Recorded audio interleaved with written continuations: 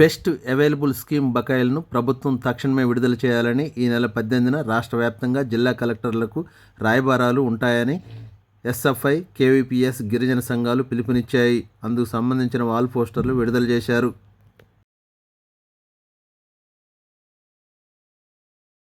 పేరు రమావత్ శ్రీరామ్ నాయక్, తెలంగాణ గిరిజన సంఘం రాష్ట్ర ప్రధాన కార్యదర్శిని.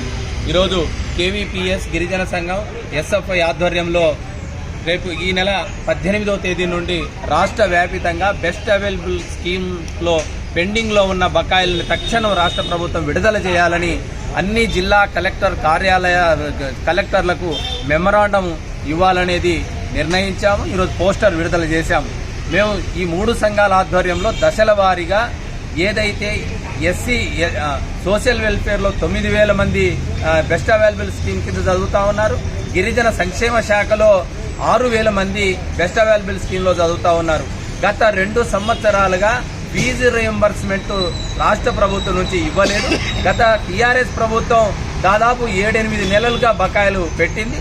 ఈ కాంగ్రెస్ ప్రభుత్వం వచ్చిన తర్వాత ఏడాది నుండి ₹1 కూడా, అంటే 2 సంవత్సరాలుగా 175 కోట్ల రూపాయలు బెస్ట్ అవైలబుల్ స్కీమ్ కింద ఫీజు రియంబర్స్మెంట్ రాష్ట్ర ప్రభుత్వం నుంచి ప్రైవేటు స్కూల్ యాజమాన్యాలకు రావాల్సిన ఫీజు బకాయి ఉన్నది.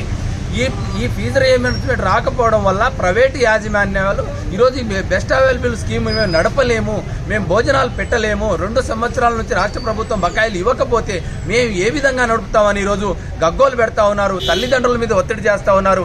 స్టూడెంట్స్ మీద ఒత్తిడి చేసి మీరు ఫీజులు కట్టండి అని చెప్తా ఉన్నారు. అందుకోసం రాష్ట్ర ప్రభుత్వం తక్షణం స్పందించాలి.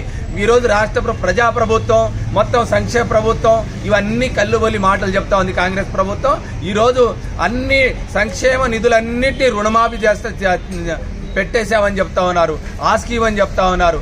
ఇవన్నీ లేదు. నీవు బువ్వకి గిరిజన దళిత విద్యార్థులు చదువుతున్న వాళ్ళకి బువ్వకి ఇవ్వమని మెస్ ఛార్జీలు, స్కాలర్షిప్లు అన్నీ పెండింగ్ ఉన్నాయి. బెస్ట్ అవైలబుల్ స్కీమ్ కూడా పెండింగ్ ఉన్నాయి. తక్షణం 175 కోట్ల రూపాయలు విడుదల చేయకపోతే కేవీపీఎస్ గిరిజన సంఘం ఎస్ఎఫ్ఐ ఆధ్వర్యంలో రాష్ట్ర వ్యాపితంగా పెద్ద ఎత్తున ఇంకా సంఘాలని కలుపుకొని పెద్ద ఎత్తున ఆందోళన చేస్తామని ఈ ప్రభుత్వాన్ని హెచ్చరిస్తా ఉన్నాం.